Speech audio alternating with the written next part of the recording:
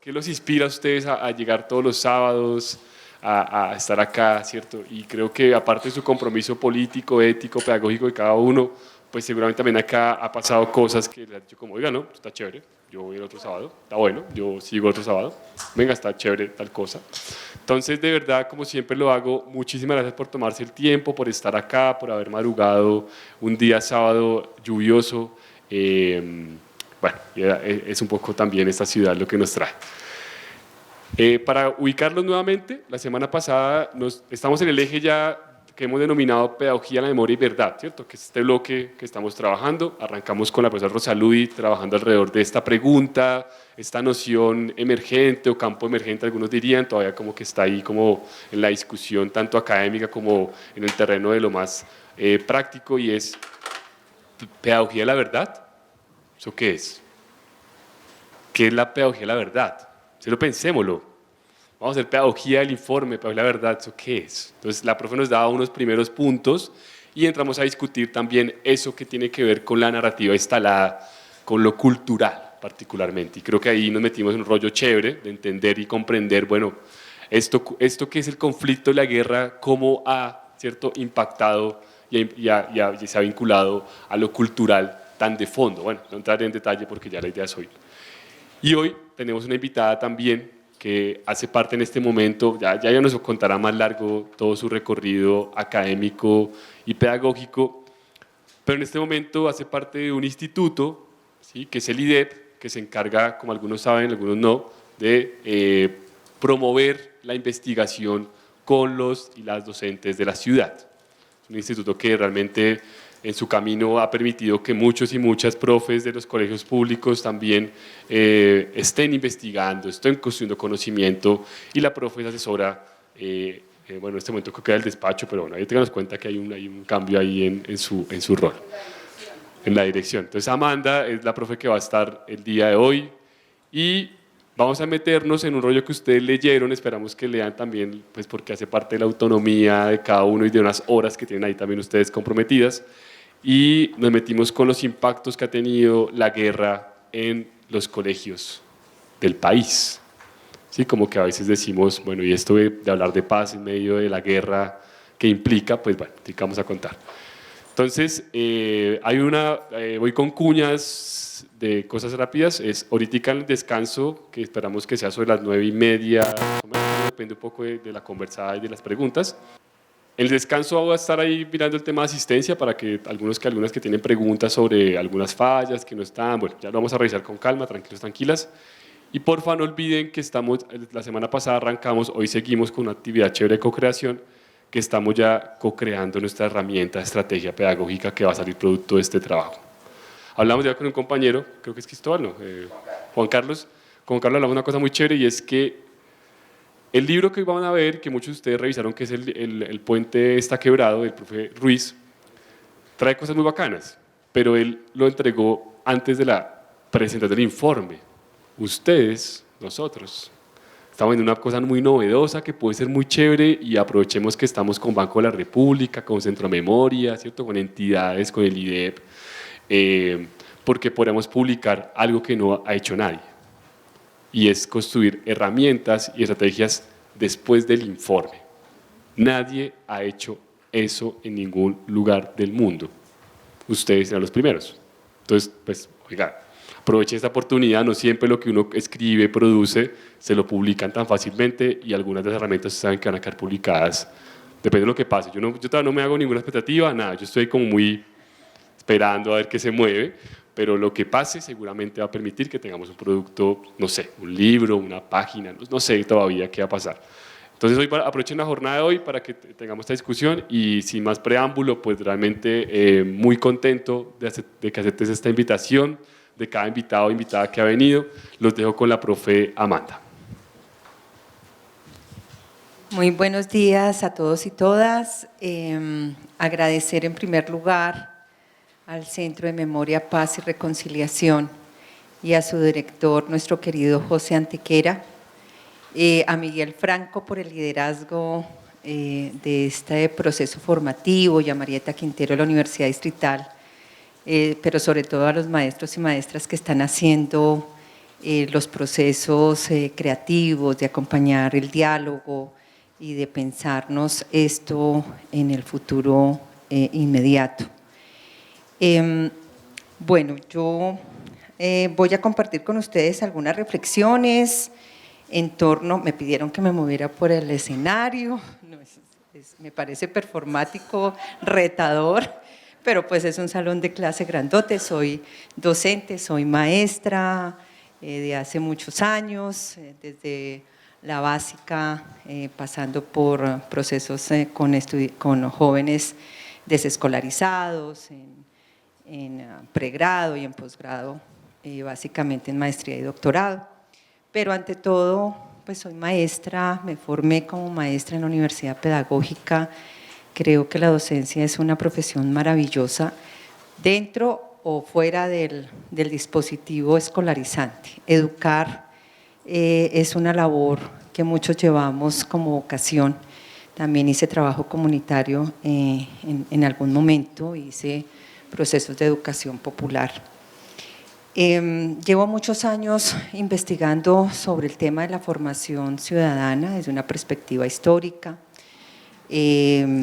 muy centrada en los procesos de la democracia en la escuela, de los procesos de educación para la paz, y eso siempre me genera nuevas preguntas y me inquieta cada vez más, ¿no?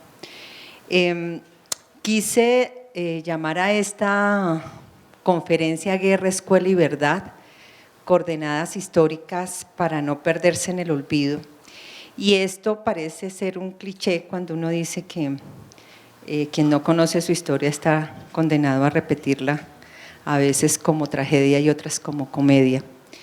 Y no en vano, eso nos ha pasado en un país amnésico, a propósito de una de las as de la propuesta de Pía, sí, la llamamos cariñosamente Pía, de Piedad Ortega. Somos un país amnésico. Y el recuerdo, digamos, también tiene que ver con esa capacidad de tener una información que podemos almacenar y a la que le podemos dar sentido y significado en nuestra existencia. Y para quienes somos educadores y educadoras, es importante volver a esas coordenadas de la historia de la educación y sobre todo la historia reciente de la educación en el país.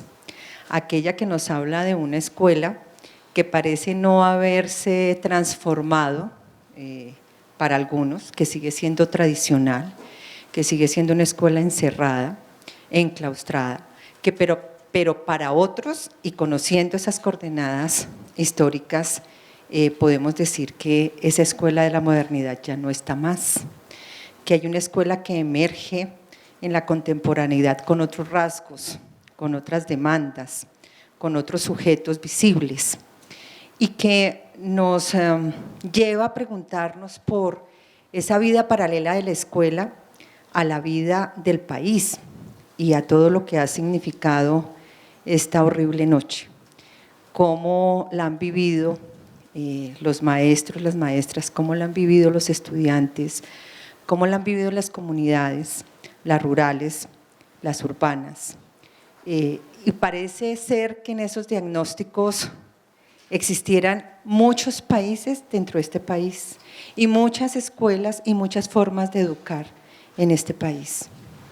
Entonces, hablar de la guerra, la escuela y la verdad desde estas coordenadas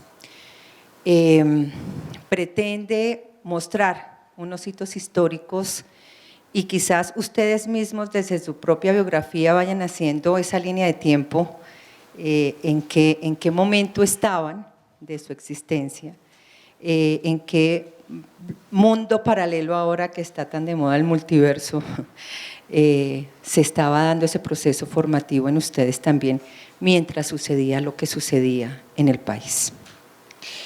Y quise traer una cita del informe Basta Ya, que me pareció muy apropiado para estos momentos en los que legatarios nos preguntamos por nuestro compromiso ético de qué hacemos con lo que nos deja la comisión. La sociedad ha sido víctima, pero también ha sido partícipe en la confrontación. La anuencia, el silencio, el respaldo y la indiferencia deben ser motivo de reflexión colectiva. Cuando salió el informe y muchos lo leímos, nos sentimos profundamente interpelados, justamente por esta frase que les traigo, ¿no? El silencio y la indiferencia también permitió que sucediera lo que sucedió. Por miedo sí, pero a veces también por comodidad. Sí, era más fácil negar, era más fácil dar la espalda. Hemos asistido por más de 60 años, me voy a permitir leer algunas cosas, al despliegue de una serie de dispositivos por parte de aparatos estatales y paraestatales, mediante los cuales el ejercicio de su soberanía ha transformado la vida humana e individual en lo que un filósofo italiano, Giorgio Agamben, llamó la nuda vida. La vida desnuda, es decir, permanentemente expuesta a la muerte, que no siempre ha tenido como fin último eliminar físicamente al otro considerado como enemigo, sino también ha querido disciplinar al conjunto de la población, un disciplinamiento social a través del miedo, ese miedo que amordazó la palabra, que ha anulado la dignidad, que ha instaurado el dolor, que ha incrustado en la piel el sello de la estigmatización cuando muchos oímos decir, ah, por algo sería. ¿Quién sabe en qué andaría para que le hubiera sucedido lo que le sucedió? La guerra puede ser considerada como un medio para no solamente el control de los recursos y del territorio, sino también para la producción de formas de comportarse que se necesitan funcionales a una racionalidad política. Diría que estas coordenadas hay que contextualizarlas en el tiempo, y cuando hablo de racionalidad política también hay que entender qué pasó en ese giro de los 80 en el mundo y en el país. Y es una racionalidad política que nos quiso dóciles, sumisos, temerosos, desconfiados del otro y habitantes del país de las emociones tristes, como lo describe en su libro Mauricio García. La tesis de Mauricio es muy fuerte, justamente porque, digamos, nos hace todo un estudio desde la neurociencia, pero también desde la historia, una perspectiva también sociológica de las emociones que nos atraviesan como colombianos y de cómo nos hemos configurado emocionalmente a partir de vivir la guerra casi sin tregua desde que inició la República. Y eso pues ha generado una impronta y ha dejado una huella en los corazones y las mentes de quienes habitamos este país herido. Ustedes escucharon a la señora que entrevistaron en la marcha y yo no salía de mi asombro de ver tanto odio junto, tanto odio, que es irracional, que no tiene educación, que es ignorante. O sea, es que ninguno de esos calificativos son razón suficiente para uno explicar lo que ella expresaba. Si ustedes le quitan el audio a la entrevista y leen su gestualidad, ven el odio, un odio irracional. Entonces, el odio, el miedo, la tristeza y la zozobra, pues nos han constituido como estos ciudadanos que habitamos este país. Y nos han mostrado también que el fracaso de la modernidad que enarbolaba la razón nos da lugar también a pensar en eso que nos fueron domesticando en la escuela desde hace más de 2 siglos, las emociones y las pasiones, porque se consideraban incivilizadas o del mundo bárbaro. Por eso la promesa de la civilización viene de la mano con la subyugación de las emociones. Entonces, esta población colombiana reducida a la SOE, es decir, al simple hecho de existir, situados en el margen de la condición de ciudadanos en una clara forma de control sobre el estatus político, es lo que ha configurado a las víctimas. Reducirlas a una vida básica, al SOE. Y el bios, la vida política, el sum politicón, reprimido, amordazado y aniquilado. Han sido reducidas y tratadas como excedente de la población, que debe desecharse bien en las fosas comunes o que deben desplazarse en un nomadismo arrojado a su suerte y muchas veces sin destino de retorno. Creo que todos ustedes han ido leyendo los tomos de la comisión. Este en especial que está para esta sesión no es un mal menor. Está lleno de testimonios de niños, de niñas, de docentes que hoy se paran a decir su verdad. Pero el hoy no es un punto de partida. Todo el trabajo monumental que ha hecho la Comisión de la Verdad es indicar y señalar un punto de llegada.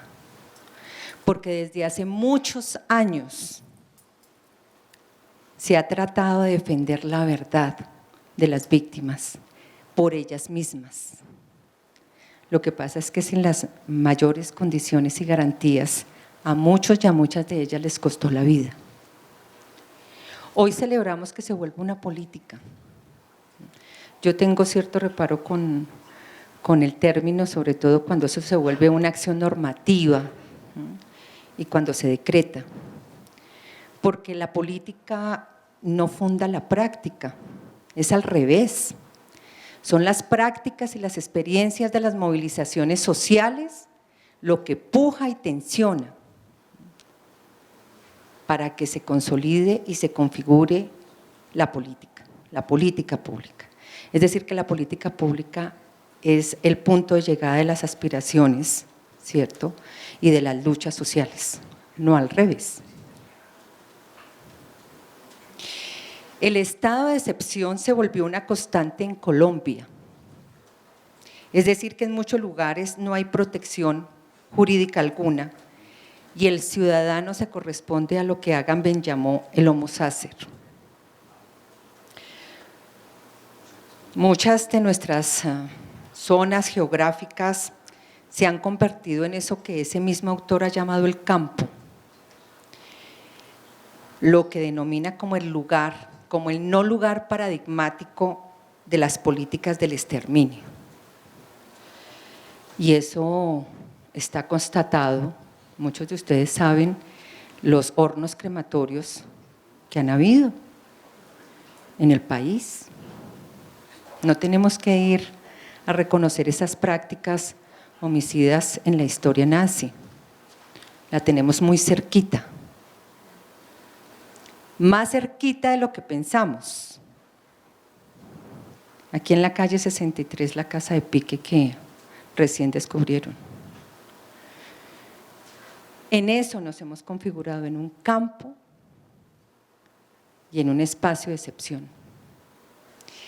La escuela, específicamente la rural, ha sobrevivido a esas dos condiciones. Se ha hecho y se ha forjado a pesar de las políticas de exterminio. Se ha forjado en ese campo. A mí me recordaba en algunos seminarios que he dado una película muy bella que hablaba del niño en la pijama de la raya azul, la película. El niño de pijama rayas. Y decía, no hay necesidad de buscar más allá de esta geografía de nuestro país, lo que muchos niños y niñas como él, como ella, han tenido que hacer para poder estar en ese espacio que muchas veces es el único que le garantiza refugio, sosiego, paz, protección a un exterior que le es completamente hostil. Allí, en esta escuela rural, muchos y muchas han sido declaradas como una vida que no es digna de ser vivida. Y se ha definido quién muere y quién vive. Sin lugar a equivocarme, muy seguramente todos no son profes de escuela. Me había dicho Miguel que muchos son educadores también comunitarios, barriales, populares. ¿Cuántos son aquí profes de escuela básica?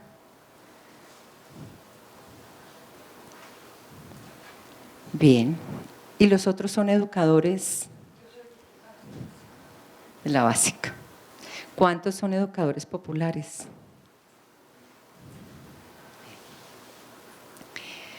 Muy bien. Pero todos hemos estado dentro del dispositivo escolar. Todos. A excepción de esas innovaciones más recientes como el homeschooling, que eso es para un sector muy particular, ¿sí? O aquellas innovaciones pedagógicas que han sido transgresoras con estas formas más tradicionales y ortodoxas de la escuela, todos somos producto del dispositivo escolar, todos y todas. Y eso nos permite entonces entender algunas cosas de las que les voy a contar acá, como por ejemplo, concebir esa escuela como un espacio de disciplinamiento, ¿cierto? Nos enseñaron a formar, a hacer la fila, ¿cierto? A guardar silencio. Muchos, estoy viendo caras contemporáneas, coetáneas se dice, muchos supimos que era el reglazo o estar destinado a la esquina del salón, mirando a la pared. Otros y otras no pasaron por ese tipo de castigos físicos, pero sí por otro tipo de sanciones sociales o morales dentro de la institución. Esa institución que muchas veces fue leída de manera injusta, pero también ponderada. Hubo una escuela antidemocrática, autoritaria, sí, hay que reconocerlo, pero esa escuela se transformó, esa escuela se abrió a otras prácticas, también exigidas, ¿no? por los cambios y las transformaciones históricas que se dieron después de los 80. Quiero hacer una diferencia entre esas prácticas de exterminio, digamos, entre las homicidas y las no homicidas, para entender esa lectura que nosotros hacemos de la escuela que nos muestra el informe No es un mal menor. Las prácticas homicidas están concebidas, digamos, como la aniquilación física del otro, la desaparición, el secuestro, la tortura, pero las prácticas no homicidas se refieren a, por ejemplo, el temor, a generar temor, a la intimidación, a la amenaza, a la delación y al reclutamiento forzoso. Uno podría decir que la escuela se enfrentó a esas dos prácticas de aniquilación, a esas dos prácticas de exterminio. Por ejemplo, sigue con la otra. El informe señala, con un estudio de la Fundación Compartir, que en Colombia, según el reporte del Centro Nacional de Memoria, entre 1958 y el 2018, en todo el país, 1.579 maestros han sido víctimas directas del conflicto armado y 1.063 sufrieron asesinatos colectivos. Esta fue la última, digamos, la principal violencia que sufrió dicha población, seguida del secuestro, con 201 casos, y la desaparición forzada con 200, sin contar las denuncias sobre amenazas e intimidaciones. Fíjese en el periodo 1958, despuesito del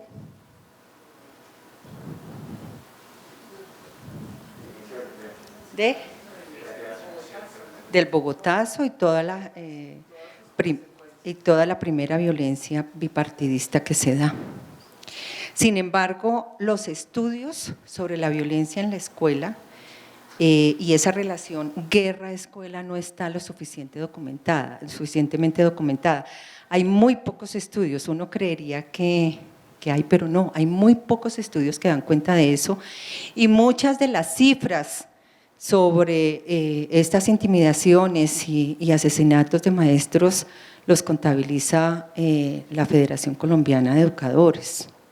Digamos, ellos tienen un reporte parecido, pero no igual. Es decir, para ellos la cifra es mayor. Las masacres de adolescentes y jóvenes como prácticas homicidas tienen un trasfondo que yo no lo había analizado hasta que encontré en una nota del periódico El Espectador del 2008 por parte de un líder comunitario muy interesante, muy fuerte, pero muy consistente. Y es que esos asesinatos selectivos hacia finales de los 80 y principios de los 90, a mí me tocó como maestra lo que conocimos como limpieza social, en zonas urbanas sobre todo.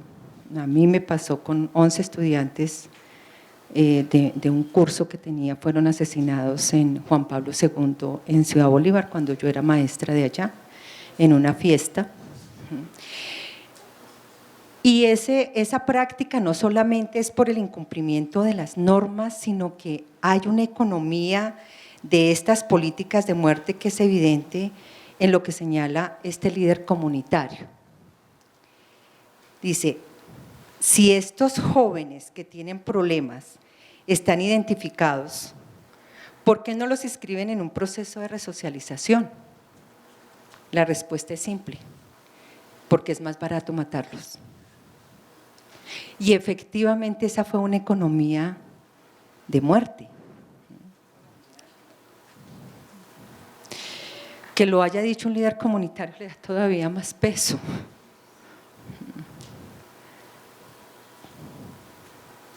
Entre las prácticas no homicidas están las amenazas, la delación, la intimidación, como les contaba, y unas de las, yo creo que de las más frecuentes que han entrado a la escuela rural. Las amenazas a estudiantes se han hecho de manera directa.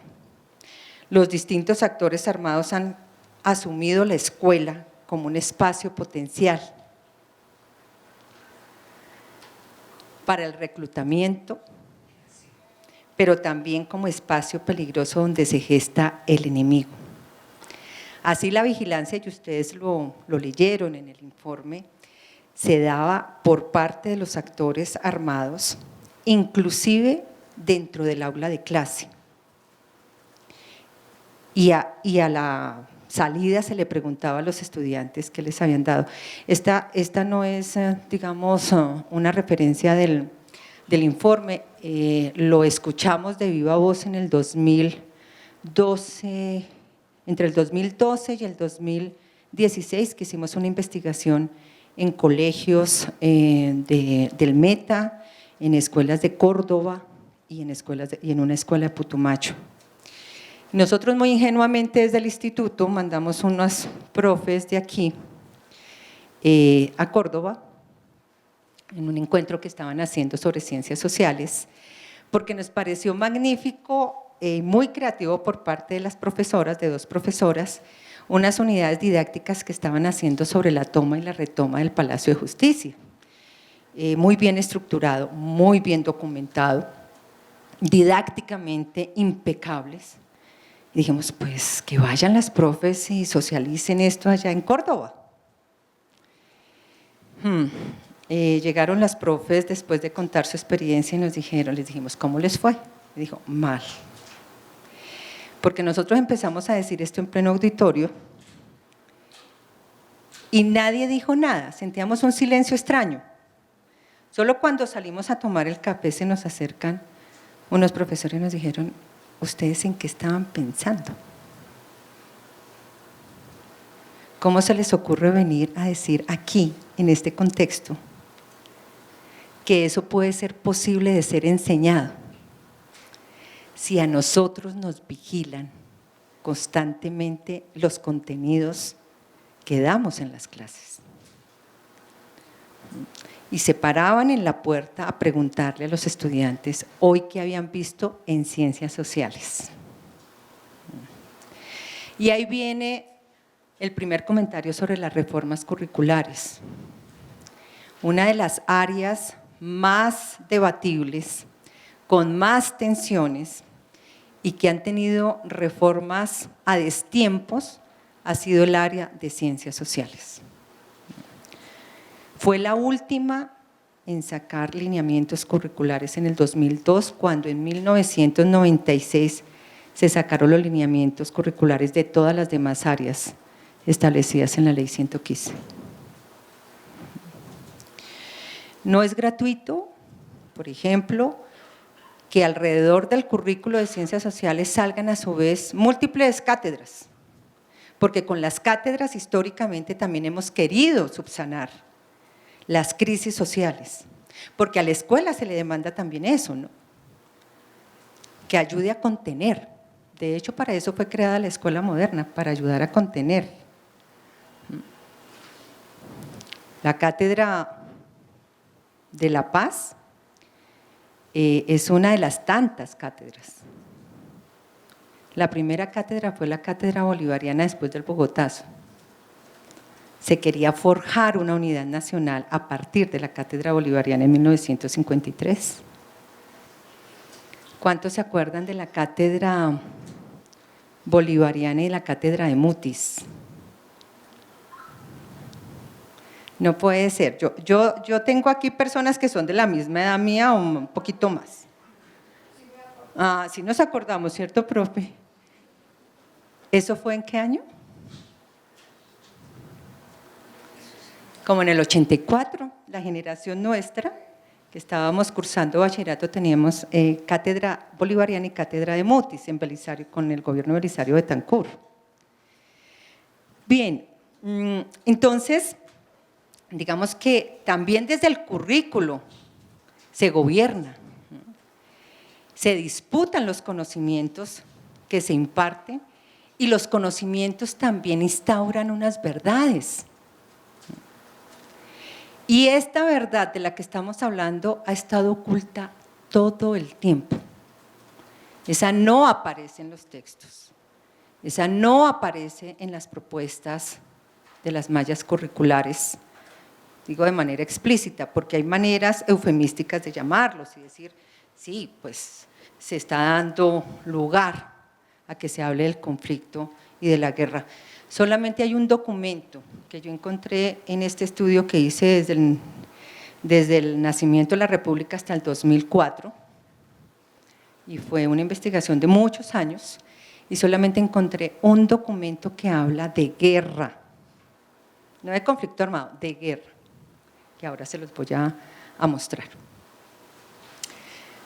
Bien, con estas prácticas, digamos lo que vemos en una proliferación de reformas educativas, de legislación, es que queda una sensación de que hay un exceso, y ahí les quiero compartir una tesis para que la asumamos de pronto como un desafío para seguir trabajando en estas historicidades. Tenemos un exceso de normatividad que ha sido necesaria dadas las condiciones históricas del país. Sí. Nosotros tenemos leyes para todo, para todo. Pero hay un déficit en un proyecto ético civilista que ahora es mucho más prioritario con este asunto de la verdad, de lo acontecido en el conflicto armado interno. Esa deuda es histórica, esa deuda no la subsanó la Ley General de Educación ni la Constitución. Nos declaramos un Estado social de derecho, nos declaramos un Estado laico, pero aún nuestra moral y el marco de la ética que la configura sigue siendo terriblemente religiosa. Parece como si el concordato todavía sobreviviera tácitamente. A mí me asombra mucho cuando hago las visitas a ciertos colegios, yo trabajo con el sector público, que en muchos de los colegios públicos hayan altares, cruces, digamos símbolos de la religión católica, cuando desde el 91 nos declaramos un Estado laico. Y cuando la religión, digamos, o la educación religiosa se anunció como un fuero personal y del ámbito privado. Entonces, esa deuda de ese proyecto ético sigue en pie y es ahora mucho más urgente trabajar en ese proyecto civilista para hablar de una verdad que está cargada profundamente de sesgos moralizantes. Vuelvo a lo que les decía, a mí me impactó mucho cuando yo escuchaba en unos círculos de palabra que hacíamos en una de las escuelas, cuando mataron a estos chicos, y decían, es que algo tenían que estar haciendo, porque ¿cómo los iban a matar? Porque sí. ¿O quién los mandaba a estar a tan altas horas de la tarde, de la noche por fuera? Y uno dice, uno no entiende esa justificación y la explicación autodada. Y eso tiene que ver justamente con la escala moral que nos mueve. Entonces, sigo pensando, digamos que esta es una deuda, que para hablar de una pedagogía de la verdad, a mí a veces me asusta que la pedagogía la asumamos de manera tan idealista, ¿no? Es como si todo mal de la humanidad, la pedagogía lo pudiera resolver.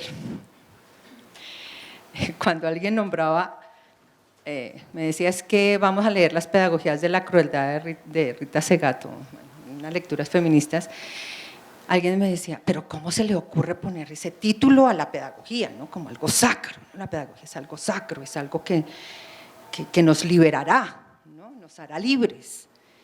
Y yo, como soy historiadora, pues tengo que decirles que la pedagogía nació con la escuela como dispositivo de control y disciplinamiento.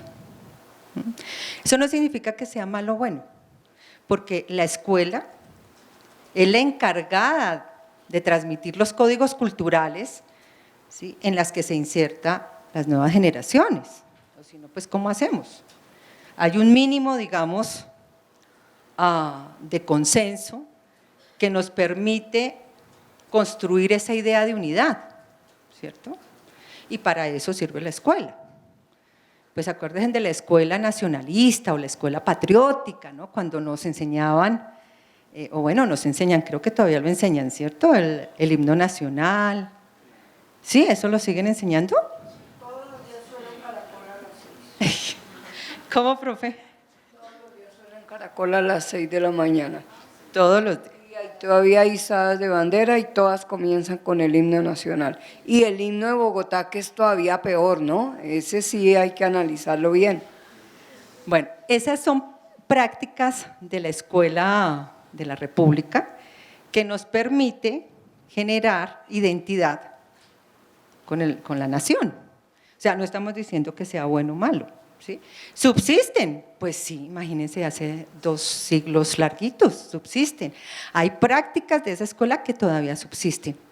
Entonces, lo dejo como interrogante, digamos, frente a cómo vamos a forjar un nuevo proyecto ético para hablar de la verdad en la escuela, sin que esto sea prescriptivo, sin que esto sea unidireccional, sin que esto tenga pretensiones homogeneizantes, sin que sea nuestra verdad. Son desafíos. Los educadores y quienes hemos optado por esta profesión, también tenemos un sentido altruista, ¿cierto?, de querer transformar, ¿no?, de querer cambiar algo. Pero de buenas intenciones también está hecho el camino al infierno, decían por ahí, ¿cierto? Esto lo pongo en tensión porque los educadores y las educadoras sí que tenemos un compromiso, una responsabilidad ético-política, ¿no?, que nos exige estarnos examinando permanentemente. Entonces, digamos que hay un acontecimiento de la escuela violenta, no se habló siempre. Un acontecimiento en 1988 pasa, que visibiliza la escuela en el contexto de las violencias del país y el conflicto armado entra al currículo. Y esto sucede por la segunda comisión de estudios sobre la violencia. Ustedes saben que ha existido 3 comisiones, ¿verdad? La primera. 53 con Rojas Pinilla, luego en el 58 con el Frente Nacional, luego en el 77 algunas regionales y una concreta también, bueno, dentro de esas regionales, Palacio de Justicia y de ahí hasta la actual. 3 comisiones. La primera, encargada por el padre Guzmán, un sacerdote encargado de liderar esa comisión y que veía, digamos, las confrontaciones en territorio bipartidistas. Ahí no es claro el lugar de la escuela en ese informe de esa comisión. En cambio, en la segunda comisión, que la lideraron una nueva capa de expertos que luego conocemos como los violentólogos, ahí los conocen, pues sí. En 1988 encargados, de hecho quien lidera es Gonzalo Sánchez, quien digamos reaparece con un trabajo monumental, muy comprometido y que da origen al Centro Nacional de Memoria Histórica. Álvaro Tirado Mejía, Arocha, muchos de la Nacional, encargados por Belisario Betancur para hacer esa segunda comisión de estudios. Y en esa comisión hay una interpelación muy fuerte a la educación y muy fuerte a la escuela, con un asunto desafortunado, un asunto histórico desafortunado. El informe que se llama, ya les digo, el informe se llama Colombia, Violencia y Democracia, Se presentó al ministerio en 1987 y planteó la tesis de las pluralizaciones de las violencias. No se hablaba de la violencia como lo habló la primera comisión, sino que encontraba, digamos, 3 hitos. La de las guerras civiles en el siglo XIX, en la que se manifiesta claramente las rivalidades entre las clases dirigentes, la violencia de los años 50 conducidos por estamentos populares y la violencia actual, en ese momento, en la que coexisten violencias de diferente tipo y procedencia. Pasa. Y era una violencia que veían complejizarse con la aparición de escuadrones de la muerte, con bandas de sicarios, con grupos de autodefensas campesinas, con asesinatos sistemáticos de sindicalistas, ofensiva de la guerrilla en contexto urbano, con el narcotráfico y la denuncia internacional de abusos de autoridad. Después del Estatuto de Seguridad de Turbay Ayala, es la primera vez que viene Amnistía Internacional a hacer auditoría al país. Y en su informe internacional nos muestra como un país en el que se viola sistemáticamente los derechos humanos. Y eso hace que la credibilidad en el país se venga a pique y se visibilice a Colombia en el mapa mundial como uno de los países más violentos. En ese periodo de gobierno entre el 82 y el 86, digamos, hay como eslogan, digamos, un diálogo nacional. Está el acuerdo de la Uribe en el que se origina el Partido de la Unión Patriótica, pero esto contrastaba también con el fortalecimiento del paramilitarismo, con el narcoterrorismo y con las primeras masacres declaradas. La de Trujillo en el 86, la de Mejor Esquina, El Tomate y Segovia en el 88, la de La Rochela en el 89 y la de Cimitarra en el 90. En el periodo de Barcos se recrudece esta violencia y es por eso que el tema de los derechos humanos se convierte en un asunto estratégico del país demandado al sector educativo. Es decir, ponen la responsabilidad en la educación, pero para formar en la democracia. Sin embargo, en los textos escolares de la época hay un optimismo un poco cínico. Son textos que hablan de un país que no existe, de un país ideal, de un país en el que todo va bien. Son textos emblemáticos como el de Acevedo, por ejemplo, aparecen los primeros textos de educación para la democracia. Antes no existían, ¿no? Antes del 88 lo que existían eran los libros de educación cívica, los textos, donde nos enseñaban los 3 aparatos del Estado. ¿Sí? ¿Y qué más nos enseñaban? Los buenos modales, la urbanidad, de Carreño. En el 88 aparece el primer texto de educación para la democracia y los derechos humanos, en el 88, mostrando un país que no existe y prescribiendo las formas en las que debía educarse ese nuevo ciudadano. Mientras tanto, pues contrastábamos con un país que cada vez profundizaba más su conflicto. Cuando les digo que hay un señalamiento a una exigencia a la educación, en el 89 los violentólogos presentan en la Universidad del Valle al Ministerio de Educación los resultados y análisis del estudio que hicieron. Y de manera desafortunada el ministro de ese momento, en la apertura, dice que es la escuela la que ha sido la responsable de educar ciudadanos violentos y de reproducir en ella la violencia sociopolítica del país. Yo lo veo como trágico, porque todos los ojos volvieron a la escuela. Efectivamente había una crítica muy fuerte a prácticas autoritarias, es verdad, pero cuando se define a la escuela como un espacio violento y reproductor de la violencia, es cuando se ubica a la escuela como una institución a la que hay que intervenir, a la que hay que vigilar, para que esta reproducción ideológica no suceda. Yo diría como tesis que es de las primeras señalamientos, digamos, que se hace a la escuela, seguramente no era la intención, pero las palabras dichas a veces tienen un vuelo que no se alcanza uno a imaginar.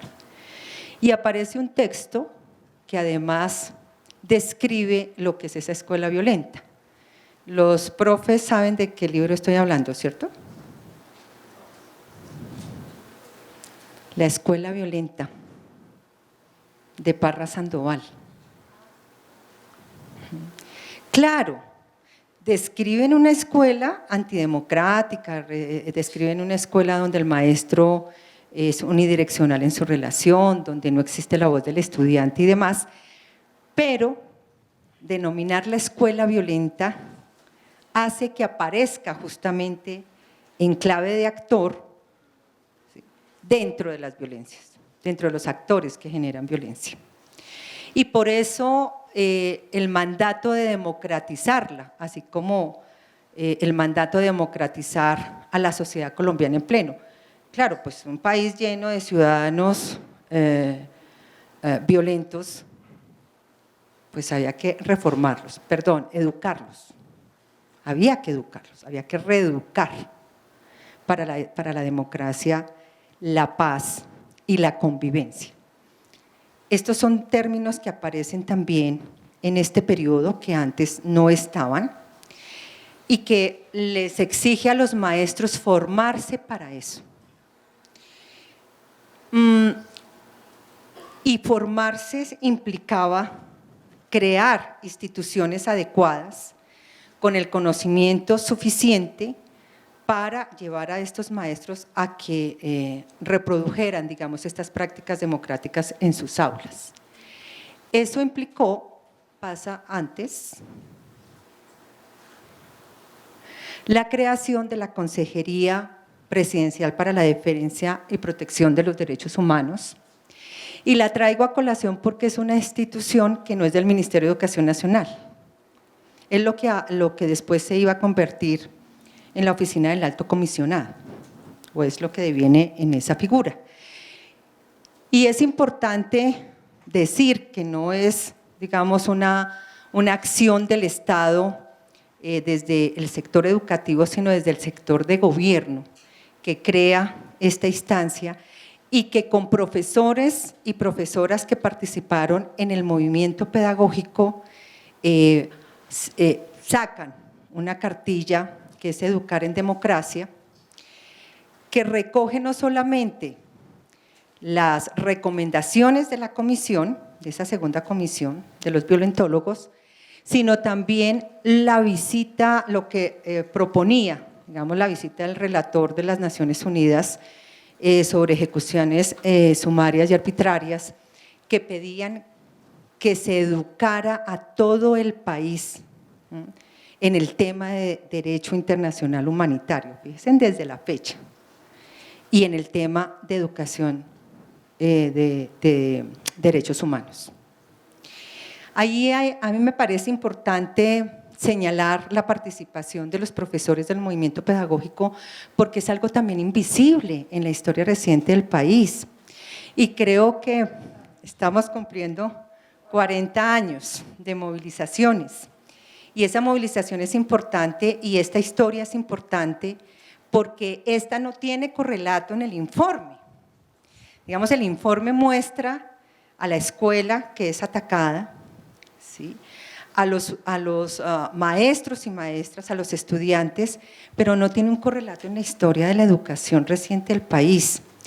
Y no tendría por qué tenerlo porque ese no era el objetivo de la comisión. Pero sí me parece importante que volvamos sobre esta historia para reconocer el papel que ha tenido el magisterio colombiano en estas prácticas de detención y contención en lo que le compete de los efectos nefastos de la guerra.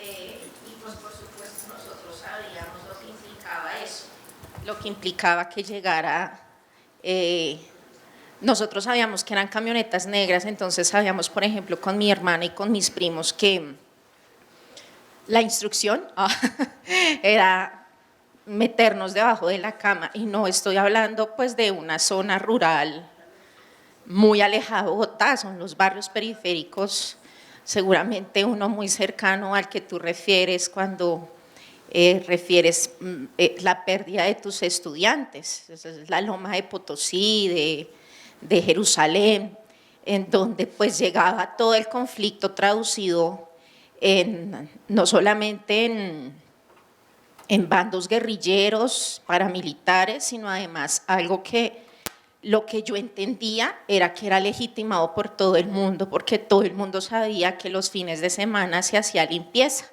y nosotros teníamos unos toques de queda y yo lo comprendía muy pequeña, estoy hablando de que tenía 5 o 6 años, hacia finales de los años 80. Entonces, pues me imagino un poco como escuchando todo lo que eso significó para personas que quizás tenían una mirada un poco más consciente de todo lo que estaba pasando en el país. Gracias. Esto me permite, y muchas gracias, reconocer el trabajo que hizo el Colegio Cerros del Sur en Potosí, frente al toque de queda y frente al mandato de que todos los jóvenes se fueran a dormir a las 7 de la noche, con pintas en las paredes que decían a los niños buenos se acuestan temprano, los malos los acostamos nosotros. Y de manera muy desafiante, este grupo de maestros y maestras decidieron generar proyectos deportivos nocturnos, y se tomaron el barrio con estas jornadas de estos campeonatos y lo lograron. Evaristo murió siendo el fundador, pero luego lo que sucedió en este colegio fue maravilloso, es un colegio de puertas abiertas, es un colegio que hoy está abandonado, que se está cayendo y es una lástima que ojalá su memoria en Potosí y la memoria escolar de este colegio perdure. Sí, este colegio todavía se puede visitar y es una de las experiencias de educación popular más importantes. Se llama el proyecto Escuela de Comunidad. Allí siguen al frente compañeros y compañeras y hemos hecho visitas con varios colegios de Ciudad Bolívar para conocer el proyecto, que tiene unos subproyectos como el de Potosí.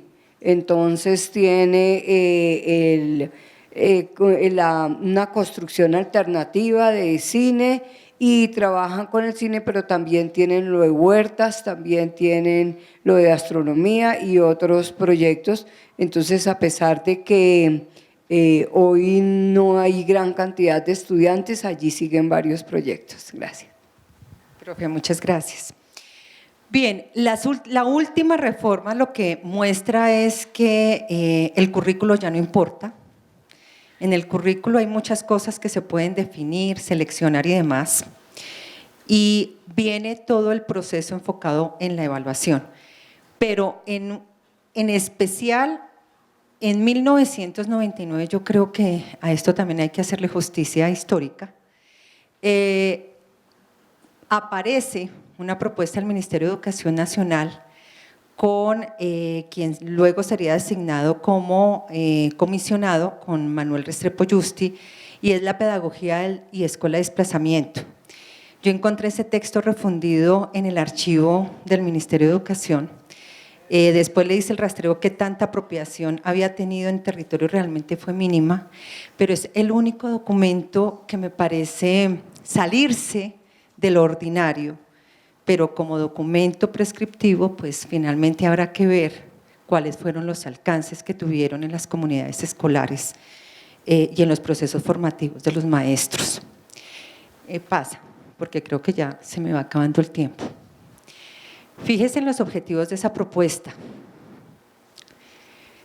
Crear condiciones tanto en maestros y maestras como en niños, niñas y jóvenes para el desarrollo de contextos de convivencia escolar, facilitadores de la elaboración del duelo. Nunca antes se había dicho eso en ninguna política. Nunca, o sea, no lo encontré. En los textos que yo vi, en todos los documentos que leí, no lo encontré. De los sufrimientos causados por el fenómeno del conflicto armado, de la violencia y de las situaciones de desplazamiento. Parece un texto hecho para hoy. Porque además lo afectivo tiene ahí un lugar supremamente importante. Contribuir a formular una metodología que impulse la formulación de propuestas escolares para situaciones de conflicto armado y de posguerra. Este es el optimismo que yo les hablo, pues todos queríamos que la guerra se acabara. Él especialmente en el 97. Que procuren el alivio y la reconstrucción de las vidas de niños, niñas y jóvenes, maestros y maestras afectadas y el mejoramiento de la calidad de la educación. Pasa. Esto me pareció bello, no lo vi en ningún otro texto del ministerio de ese momento, y es el reconocimiento del maestro y la maestra como un sujeto de saber, como un sujeto que reflexiona, como un sujeto político que participa y se inmiscuye en los asuntos de su comunidad. Quienes participaron en la realización de este material quieren expresar a los potenciales lectores y lectoras la admiración y el respeto que les merecen las maestras y maestros con quienes trabajaron en este proceso. Su presencia de ánimo, su decisión, creatividad y compromiso, sus calidades humanas y profesionales, la esperanza, la modestia, la compasión con las que asumen situaciones tan graves son una clara muestra de que en la solución de las causas de esta guerra y en la conservación de la paz, los educadores han jugado un papel fundamental, poco reconocido en el país. Y creo que sigue siendo poco reconocido.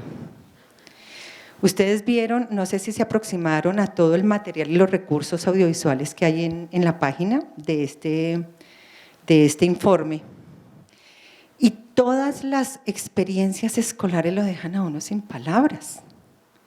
La maestra que construye un búnker. O sea, es que cuando uno hace un alto y lo dice pausado, dice, un búnker en una escuela.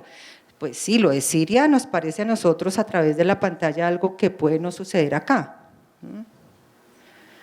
O lo que hace el Colegio Eduardo Santos en la Comuna 13. Yo tuve la posibilidad de hablar con ese rector y las dos maestras y uno no sabe cómo lo lograron. O sea, en plena operación Orión, este rector sale a quitarle a los paramilitares de las manos a los muchachos.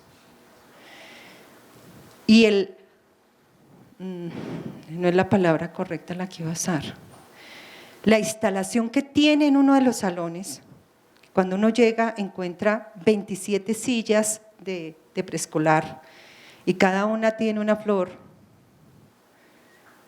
y él le cuenta que es cada uno de los 27 estudiantes que él tuvo que enterrar. Y es un rector re joven, ahorita lo van a ver.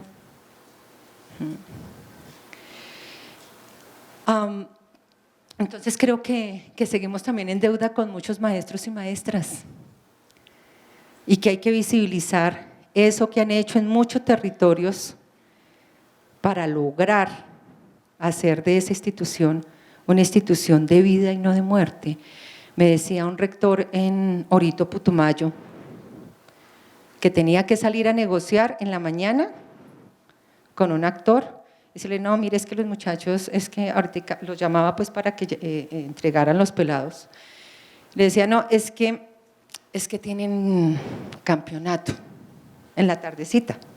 Y a los de la tarde les decía lo mismo, pero decían, es que están en actividades lúdicas, comandante, en la nochecita. Y decía que no dormían. O sea, uno dice, cómo unos maestros y unas maestras logran dar tanto. Y creo que eso de alguna u otra manera ha sostenido la esperanza de que este país puede ser viable. En ese dispositivo escolarizante que a veces tanto criticamos, ahí se ha gestado también la esperanza. Y estas nuevas generaciones que están hoy aquí, seguramente están porque algún maestro o alguna maestra, ojalá, para bien,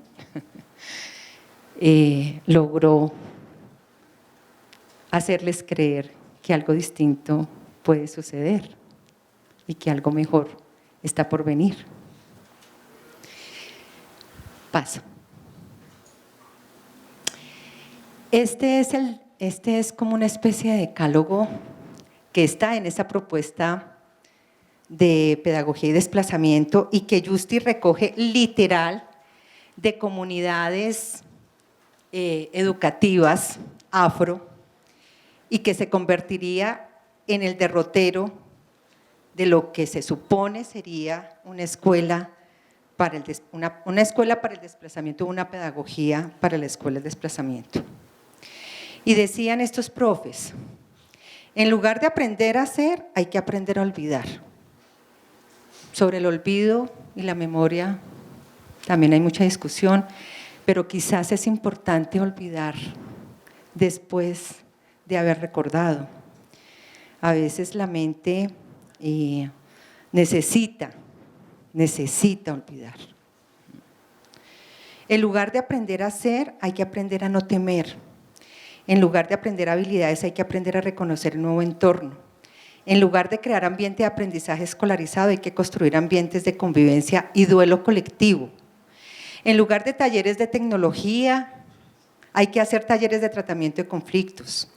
En lugar de disciplina, hay que dar amor.